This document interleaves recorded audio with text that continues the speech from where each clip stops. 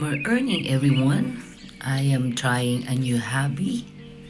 I am venturing to a new, I don't know what you call this one, succulent addict.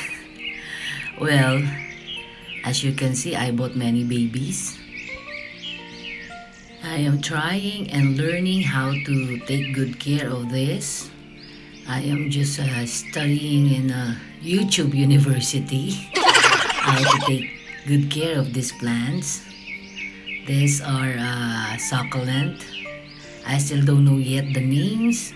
I'm still trying to know everything about taking good care of these succulent plants.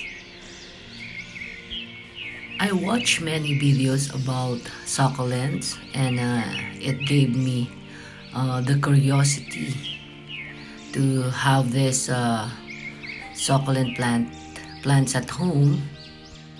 This is my very first time.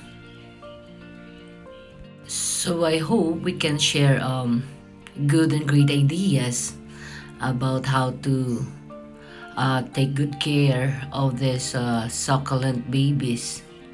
I also bought the correct soil, as they said, for the succulent. We will transplant all of this to a new container, then I'll blog about this.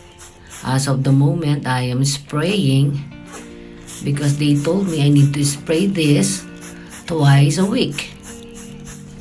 I will also try to propagate these plants to multiply them into many. So as you can see, I learned about this from YouTube University.